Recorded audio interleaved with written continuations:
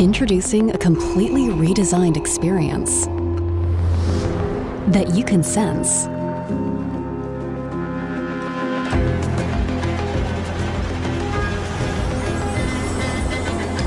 And that senses you. The new Dell Latitude laptops bring your work closer to you.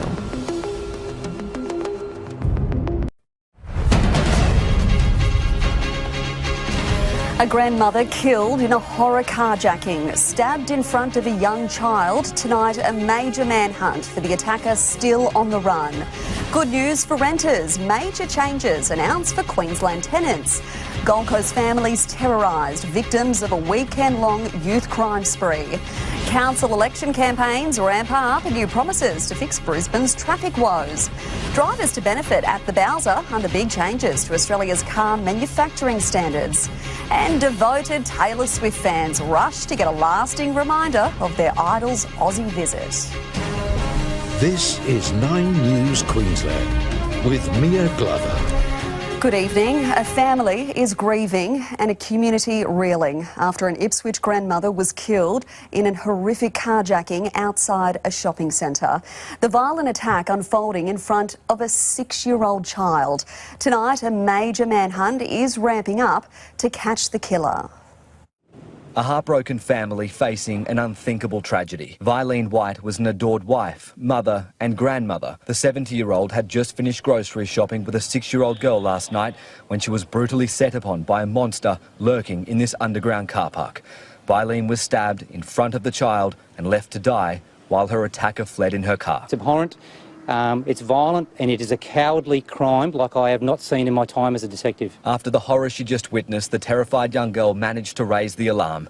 Shouting for help, Dr. Ademola Afolabi ran to her aid and tried desperately to save the victim's life, but the odds were stacked against him. Did some chest compressions because I could see some breathing. Within minutes, police swarmed Town Square at Redbank Plains. Just seen a detective walk away with a little girl, maybe 5, 6 years old, and he was cuddling her. Seasoned detectives left shocked by the brutality of the crime. That crime was callous, it was senseless, it was unprovoked, and it was cowardly. They say the person behind the attack is a young male of African appearance wearing a hoodie and medical mask, but they're looking for more.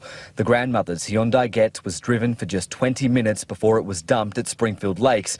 4 African males were seen on security cameras walking down Brunny Street. Extremely unsafe.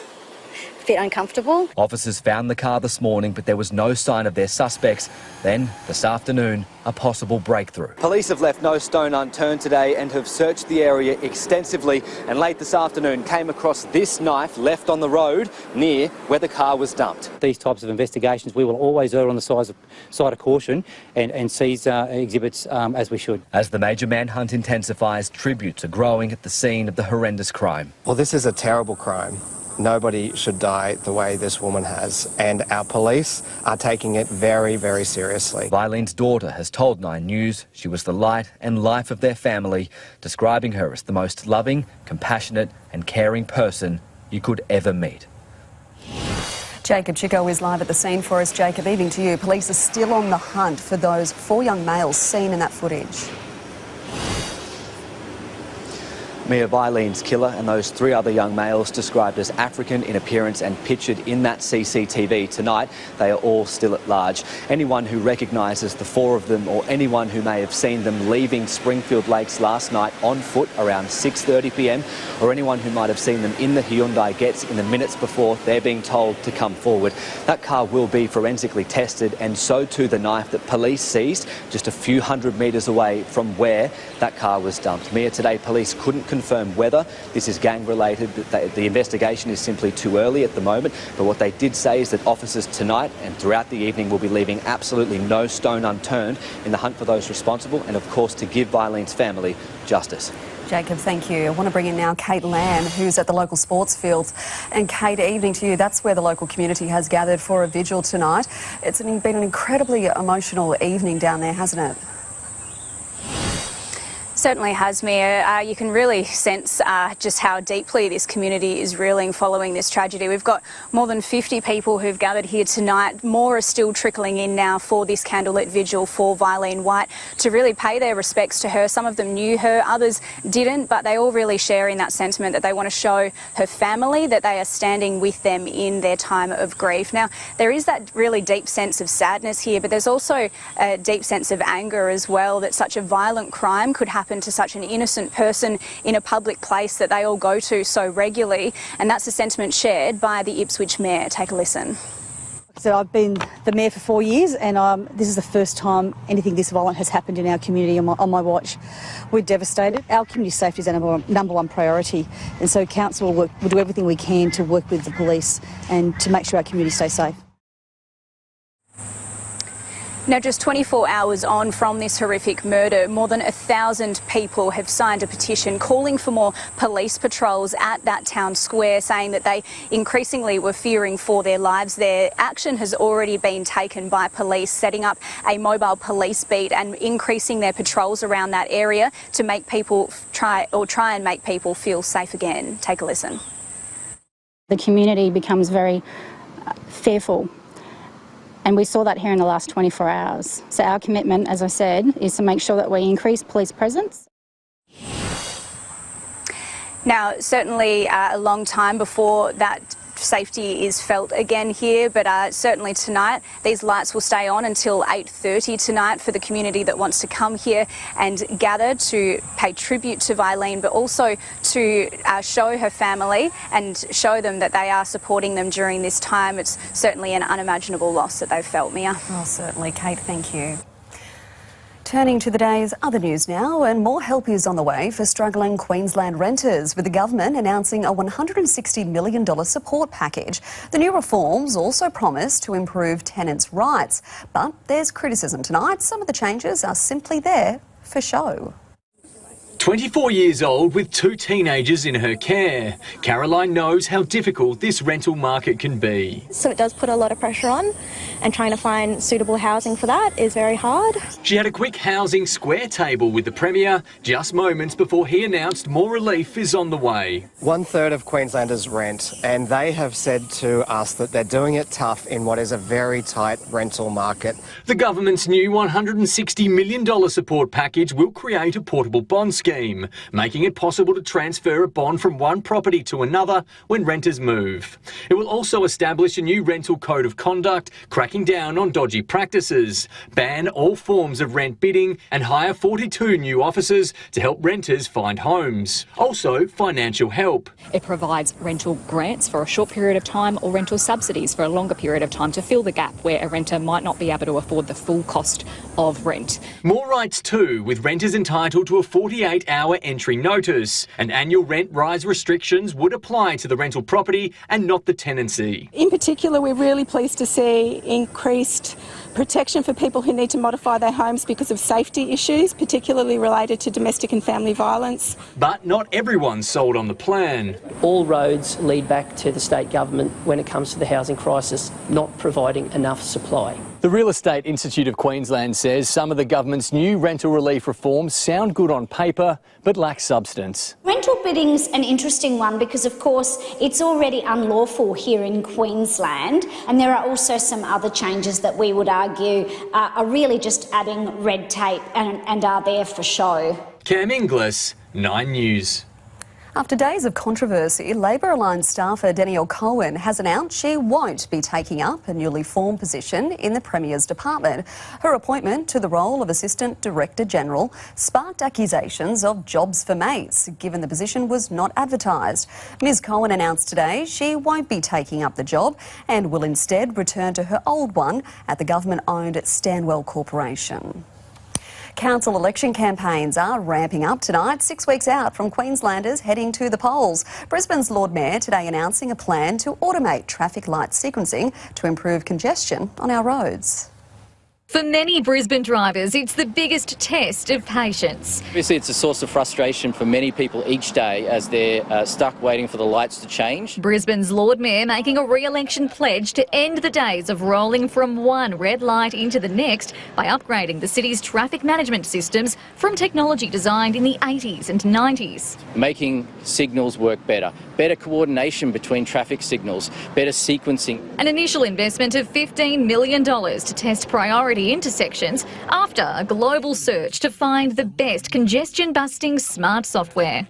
We've seen cities getting something like 23% better traffic flow. But the Lord Mayor's opponents say it's not the answer to Brisbane's traffic woes. I actually chuckled at the fact that they think tweaking some traffic signals is a sufficient response. The Greens have released a fully costed plan to roll out free public transport. They've had 20 years to come up with real solutions. We have announced that we will have a 50% discount in all fares. Today's announcement to get traffic moving also signals the acceleration of election campaigns. Both the LNP and Labor greenlighting attack ads. LNP Mayor Adrian Schrenner is cutting jobs. Jonathan Swee's Greens want to cut funding for Brisbane roads. Tracy Price and Labor are along for the ride. I think it shows how scared they are, and the fact that they're deliberately targeting me shows that I'm a serious contender for the Lord Mayoralty of this city.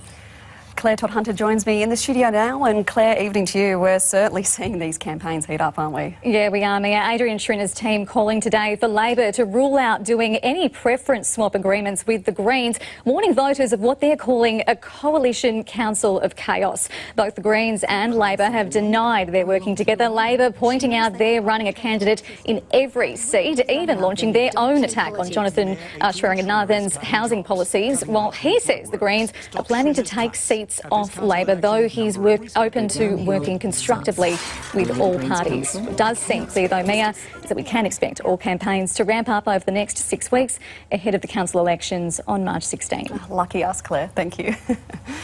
It's been a hot one across the country today, reaching 38 degrees in Melbourne. And while we've fared a little better here in the southeast, we're still above average for this time of year. Let's bring in weather expert Gary Youngberry now in Southbank. Gaz, evening to you. How long is this heat sticking around for?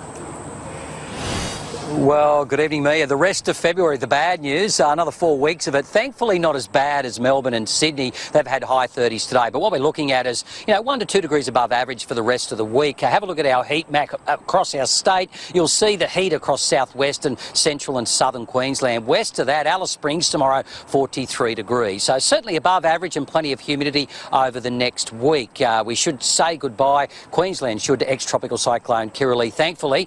And the low that's off the coast, it's been out near New Caledonia. Still a low chance of it becoming a cyclone as it tracks back into Australian waters, but most of the computer models now have it tracking along the coast and not posing any real threat, certainly strengthening winds and an increase in swell. But more on your local forecast, Mia, a little later. Thanks, Gaz. We'll see you soon. 2 men have been rushed to hospital after an alleged random stabbing attack at a Gold Coast shopping centre overnight. Police say 2 men who aren't known to each other became embroiled in an altercation. A 31-year-old man was then stabbed in the back, sustaining a serious but non-life-threatening injury. His friend attempted to intervene before he was also attacked, taken to hospital with a wound on his face. A 66-year-old man has been charged, denied bail and will appear in front of a magistrate tomorrow. Also overnight, a man was lucky to walk away from this horrific crash at Coomera. The ute ploughing into a light pole, smashing into pieces. The 20-year-old driver allegedly blew more than double the legal limit and will face court later this month, charged with driving under the influence. Overseas now, the United States has further escalated tensions in the Middle East with another round of airstrikes supported by Australia and its allies. This time, the focus was Houthi targets in Yemen. Tonight, the Iraqi government is warning the region is on the brink of the abyss. They warned it would come in waves. And for a second night, US forces struck the Middle East, this time taking aim at Houthi militants in Yemen. The large-scale strikes came from air and surface platforms, including FA-18s and Royal Air Force Typhoons, in a joint operation with the UK. 36 targets were hit across 13 locations, command and control centres, an underground weapons storage facility and other weapons the Houthis have used to target international ships in the Red Sea. The fresh round of US strikes conducted with the support of its allies, Australia, Bahrain, Canada, Denmark, the Netherlands and New Zealand. We think that the United States has got it right. It's important that given the attacks that have occurred by groups that are backed by Iran, that there be a response. 39 people were confirmed dead in the first wave of attacks on 85 Iranian Revolutionary Guard targets in Iraq and Syria. Iraq declaring 3 days of public mourning, its government condemning the attacks and warning the Middle East is on the brink of the abyss.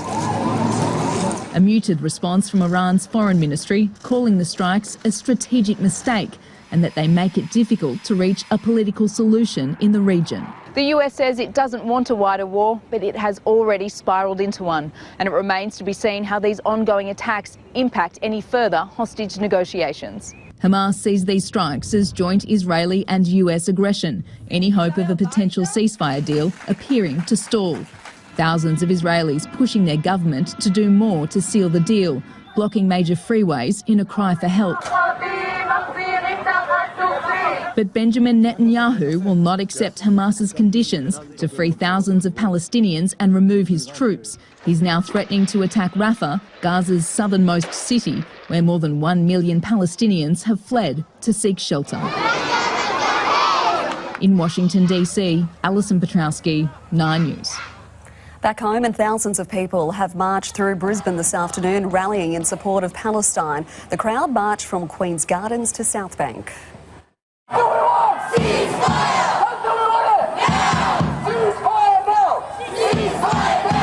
A heavy police presence, but no trouble as the crowd rallied outside the ABC studios in Southbank.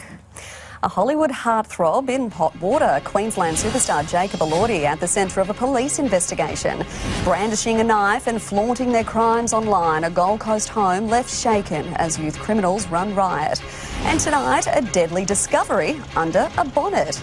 And at the end of sport, the alarming alcohol statistic affecting underage drinkers.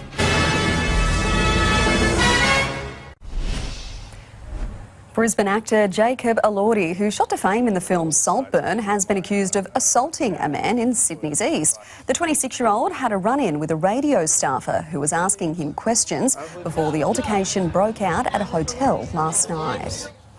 A young Gold Coast family's been left shaken after a half a dozen youths armed with knives stormed into their home and stole their 2 cars. The gang targeted several other homes in the area before bragging about their crimes on social media. Helensvale early Sunday morning. A gang of masked youths barefoot and carrying a large knife make their way down the side of Mina and Marcelo's home. Another 3 boys soon join them before the group forces their way inside. So I woke up just after 5:30 this morning to a very loud sound. That bang made after the garage door opened and the young family's 2 cars start reversing, but one slams into the side of the garage, smashing the roller door and cracking the side wall. We came out, we found the cars were missing, all the doors wide open, sliding door in the back, obviously this damage. Rubbing further salt in the wound, the family discovers their robbers show no remorse for their actions. Their cars later arranged with other stolen vehicles before the car park convoy is uploaded to social media. The images of our robbery on our cars are today on Instagram. They rapping and bragging about doing that. The gang also spotted earlier in the morning scoping out another property in the Helensvale area. In this instance, nothing was taken, but the phone torch of one boy illuminates the giant knife he is carrying. Mina and Marcelo say the laws aren't enough to deter young offenders. It is terrifying that happens over and over, and nobody does anything about it. The laws are too weak. They are not enough to deter. McKenna Bailey, 9 News.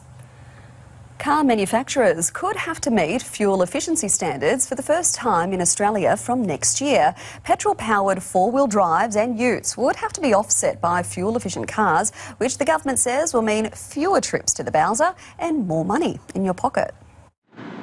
Australian roads are about to change. 85% of cars sold around the world are sold under fuel efficiency standards, and it's way beyond time that Australia catches up. Known as the new vehicle efficiency standard, the policy would apply to manufacturers, capping average fleet emissions, requiring manufacturers to offset heavy fuel-reliant cars with hybrids, electric vehicles or fuel-efficient petrol and diesel cars. The overall cap will reduce 12% per year, the government forecasting Australians would save around $1,000 per vehicle per year by 2028. So this is a win for cost of living, a win for consumers. No one wants to be paying more for fuel than they have to, and right now for too many families that's what they have to do because our cars are so much less efficient. The forced increase in supply of EVs and hybrids should bring prices down, but by the same logic, prices of fuel-chugging utes or four-wheel drives would rise, a fear exploited previously by Scott Morrison. Bill Shorten wants to end the weekend when it comes to his policy on electric vehicles. And tonight preempted in a new government information campaign. This includes the cars we need for work and recreation, like utes and four-wheel drives. And if you put a tonne on the back of an electric ute at the moment, you don't get far. And then if you put a trailer on the back of it, towing another tonne, you get even shorter distances. There is just no evidence to say that it will affect price at all, of SUVs or utes or any other vehicle. The government wants the legislation in place before July and the standards enforced from New Year's Day. That will require Parliament to pass legislation, an authority established to enact it, and international producers to come on board. An ambitious time frame. Charles Croucher, 9 News. Protests, riots and the threat of terror attacks. With 45,000 police officers set to hit the beat, security for Paris 2024 is certainly ramping up. Tonight we give you an inside look at what Brisbane can expect ahead of the 2032 Games. That story is ahead. The engine light goes on, but an oil change is the least of your worries. What do you do when there's a brown snake under your bonnet? More jail time for former Pakistan Prime Minister Imran Khan, and this time his wife is being locked up too. And keeping you safe both in the air and on the ground. Next, the specialist team preparing for the worst.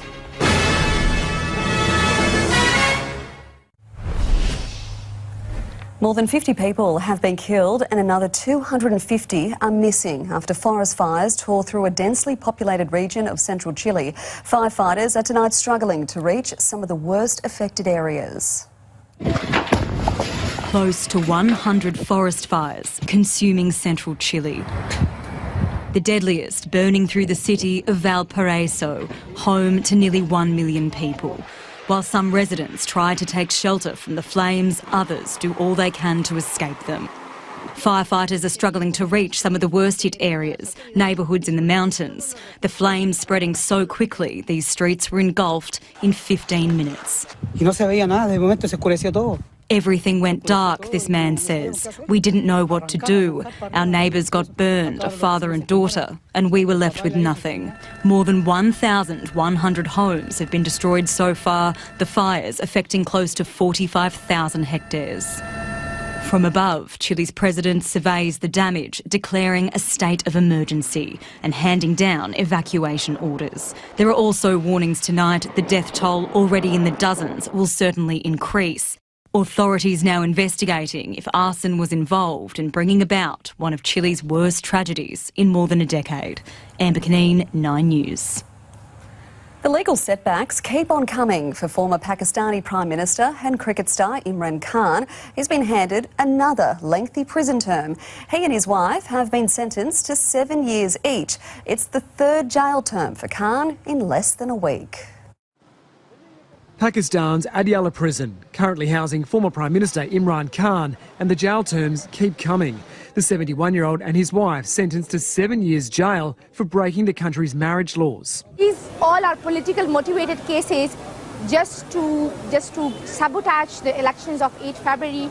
It was argued Khan's wife, Bushra Bibi, didn't wait 3 months to remarry before they wed in 2018, something they denied. For the former cricket star, it's the third prison sentence he's received in a week. Already incarcerated, he was handed 14 years for corruption offences on Wednesday.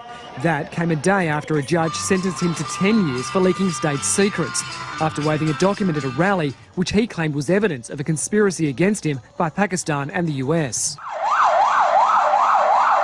Hours after that ruling, a roadside bomb exploded at a rally being held by his political party, killing 4. His prison terms will be served concurrently, but he could face more. There are more than 150 cases against him, which he's labelled politically motivated and a sham. Pakistan's general elections will be held this Thursday. The way they're trying to get out of the election is in full view of the public. We will appeal and hope we get justice, Khan's party chairman says. Fears now of further violence across the country. More than ample resources available to ensure peaceful, free and fair elections. In London, Edward Godfrey, 9 News. There was a bit of a fright at a workshop in regional South Australia. A 1.5 metre brown snake spotted trying to work its way inside. In the end, it did, making itself at home inside the engine bay of this ute. Taylor takeover hits Aussie shores. Why fans are leaving a permanent mark in her honour. Train suspended and passengers left stranded following a huge blast. Details next. Protests, riots and terror threats. Security beefs up ahead of Paris 2024. Plus dance, tennis, swimming or footy. How sport can turn your child into a better student.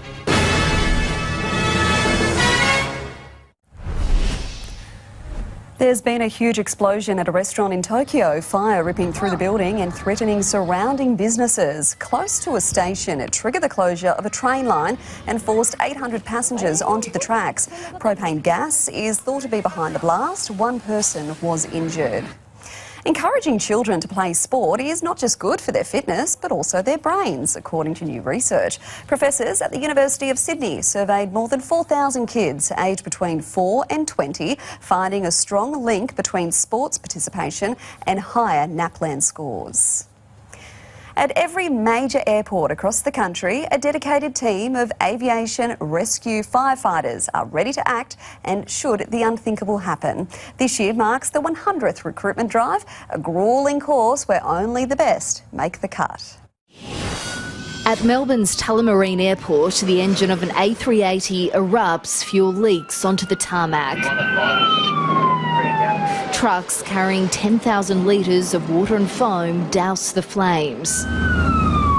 This dramatic simulation of a crash landing is teaching aviation firefighter recruits how to respond in worst-case scenarios. They'll light it up, there'll be fires inside and outside, so you'll be doing hose work to work on the fires outside of the aircraft, any fuel fires that you've got, and then we'll have a team that goes inside the structure where you'll be locating casualties. Our priority is life. With everything we do, we have our order of priorities and life is our #1 priority. An A380 like this model carries in excess of 300,000 litres of fuel. So when a fire erupts, timing is everything. And there is a legal requirement for all crews to be on scene within 3 minutes of a crash alarm.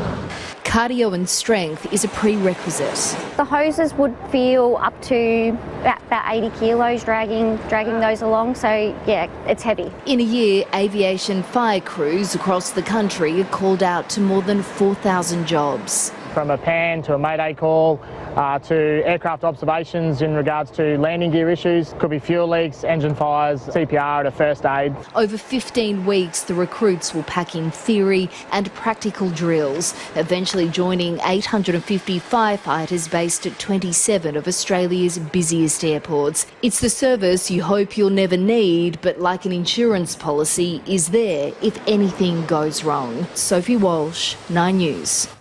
Hundreds of Taylor Swift fans have taken their devotion to a new level, getting tattoos ahead of her record-breaking concert in Melbourne. One studio offering a 3-day event, spoiling Swifties with 20 different designs. We managed to sell 300 tickets within about 15 minutes. Wow. Swift's sellout Eras tour kicks off in Australia February 16. The secret weapon the Maroons fear could cost them the State of Origin shield. That's next. Plus, the cricket fan who left the SCG with one painful souvenir as the Windies land a brutal blow against Australia. And at the end of sport, how teenagers are bypassing drinking laws and why parents are to blame. And a little bit of cloud about for your Sunday. There was also some drizzle this morning on the Gold Coast. We will see above average temperatures overnight, courtesy of that cloud cover. Right now it's 28 degrees. intuitive, capable, and above all, intelligent. The Ford Escape is fearlessly designed and makes every day effortless.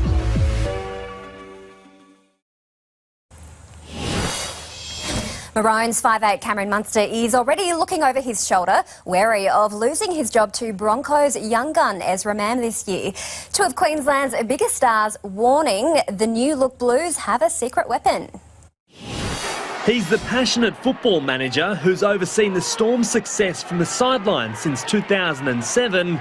Craig Bellamy's right-hand man in clubland, Frank Panisi, will be a key member of Michael Maguire's new look New South Wales coaching staff. I'm sure he'll go back to Madge and pretty much be a little spy and a little rat. Panisi's inside knowledge of Queensland stars Cameron Munster and Harry Grant could prove pivotal in the Origin arena. What Frankie's brought to our footy club and how professional he is about his footy and the way he goes about his business, it's a credit to him, and hopefully it doesn't go too well for New South Wales, but I can only imagine what he'd be like in that environment. A Maroon's certainty since 2017, Munster isn't so sure he'll wear the number 6 this year. If I get picked, to be honest, Ezra Mann's breathing down my neck, so I need to somehow find some form in it before June. Not happy with how he played last year. I think I've got to step up a lot more, just performance-wise. A reflective Munster revealing why Melbourne failed to progress past the prelims. If we played a bad game, we kind of just walked around, tiptoed around and go, nah, we'll be all right, we'll sort it out,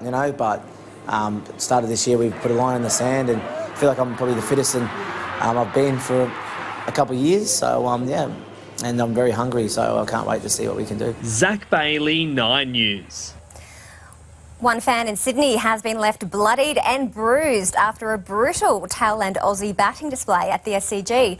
A half-century from Sean Abbott has saved Australia's blushes after the top order failed in the second one-dayer against the West Indies. Will Sutherland joining Annabelle as just the second brother-sister pairing to represent Australia. A debut for Jake Fraser-McGurk too, player number 246. I thought that's pretty fitting because that's usually how you go about your first 3 balls. Not quite, it was 0046. This is why we are so excited about Fraser-McGurk. An innings as entertaining as it was short-lived, gone after 5 balls. Australia's openers failing to leave a mark. Josh Inglis also departing cheaply. Cameron Green blasting 3 boundaries in a row, then clearing the fence completely. I see your 6, Jake Fraser-McGurk, and I'm going to raise you. What he needed was a partner to stick around, like Mario looking for a Luigi. Marnus Labuschagne stepping in as sidekick. It's another baseball slug straight back over second base. But with the West Indies backing up their bold call to bowl first, the hosts were 5 down inside 17 overs, both flushing their wickets down the drain. Luckily, Australia aren't short of batting talent. There's your man waiting, but it's going to fly well over. Matt Short starting a middle-order rescue mission, but Australia's innings didn't reach great heights. Out! He's got him! Sean Abbott standing tall as the tail did what the top order couldn't.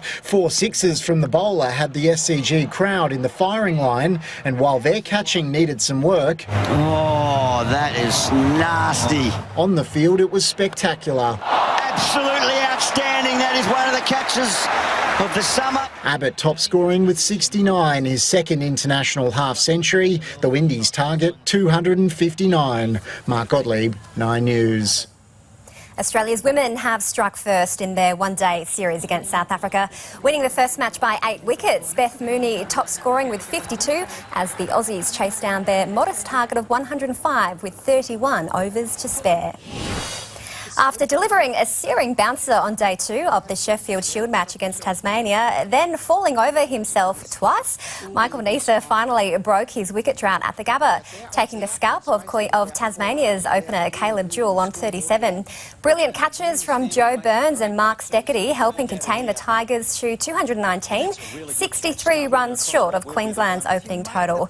A nightmare for Queensland though in their second innings. Burns caught for a duck, leaving Queensland 3 for 10. No runs either for Neser and Jimmy Pearson as Gabe Bell ripped through the hosts. The Bulls holding on at the tail end, 8 for 114 at stumps.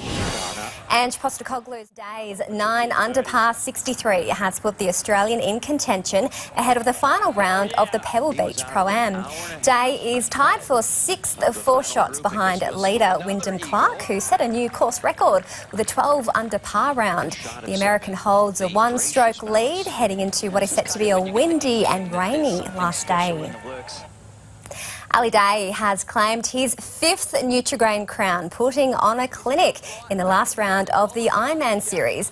The 33-year-old holding off young gun Joe Collins at Kurrawa Beach. It's hard coming in as a favourite, particularly when you're leading the point score and you want to win, so it's a tough weekend. It's a lot of pressure to deal with. In the women's event, a rare mistake from Georgia Miller, who missed scooping up her board on the start line, but it did not hurt her race at all, winning around 6 ahead of overall series champion Lana Rogers. They're amazing athletes. What about Ali Day? He can never retire. He's too good. No, still looks really, really young. Thanks, Tommy. Well, the number of teenagers who have had alcohol given to them by their parents has increased. The Australian Department of Health surveyed more than 11,000 students between 2022 and 2023. It found nearly 1/3 had consumed alcohol with parental permission, up around 4% from 2017. But drinking among those aged 16 to 17 decreased by 2%.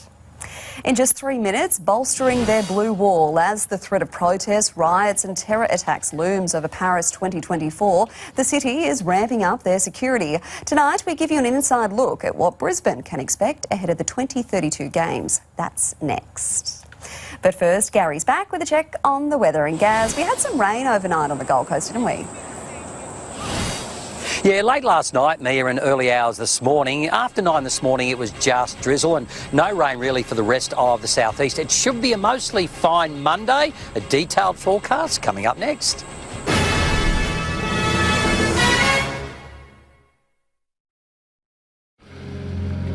We'll be here to help in unexpected weather.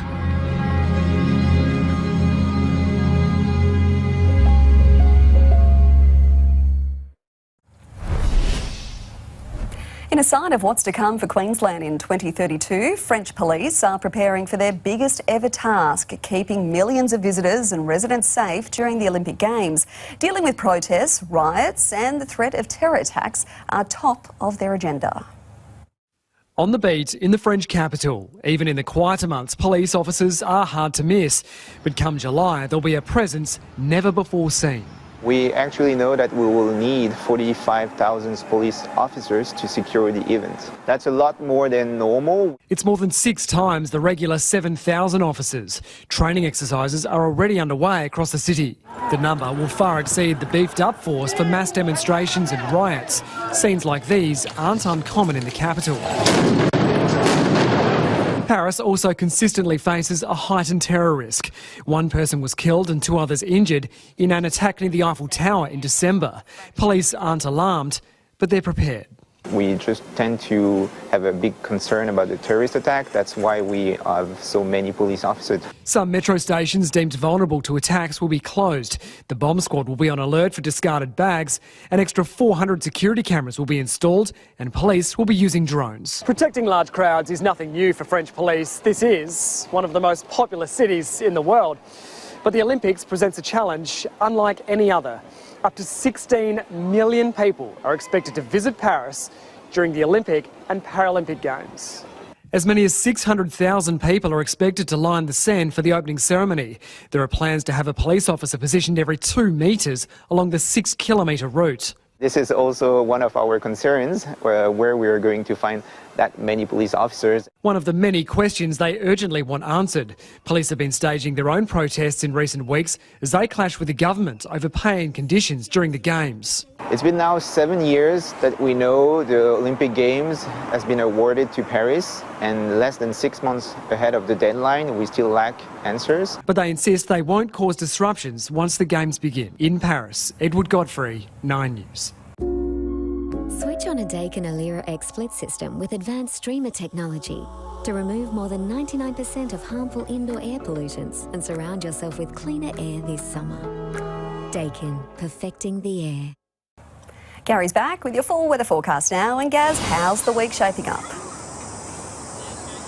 Oh, Mia, a mostly fine start to the week. There's only a very slight chance of a shower on the Gold Coast tomorrow morning. The remainder will be dry. Tuesday, blue skies, sunshine, and it will be the hottest day of the week. And then some showers creeping in from Wednesday. More details in your 7-day outlook. But a beautiful warm evening here in the city. It's still 27 degrees. The feels like or apparent temperature is currently 30 due to the humidity at 75%. Let's have a look at the temperatures recorded across southeast Queensland today. They were slightly up on average right across the region. The coolest place, the Gold Coast, with 28 after some early drizzle. The highest temperature was 33 in Oakey and Warwick.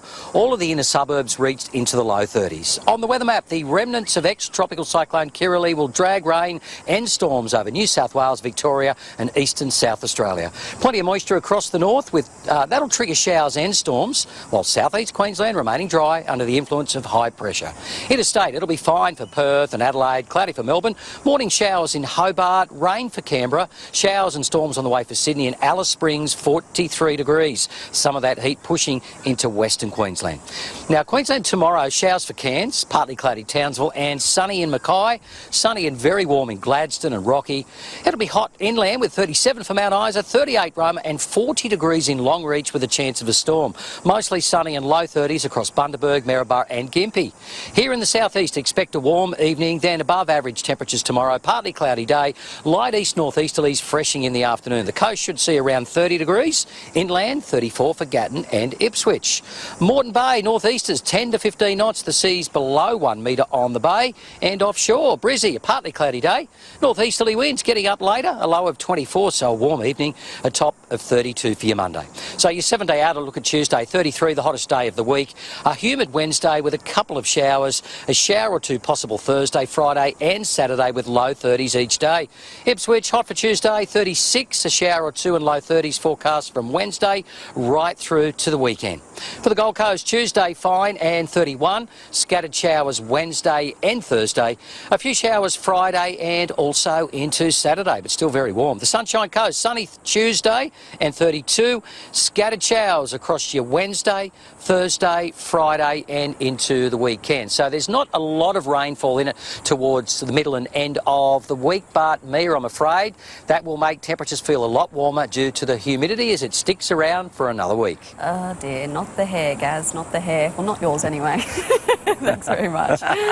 Well, before we go, here's Tara Brown with a look at what's coming up on tonight's 60 Minutes. Thanks, Tara. We'll see you then. Well, that is 9 News Queensland for your Sunday. Have a wonderful week. I'm Mia Glover from all of us here. Good night.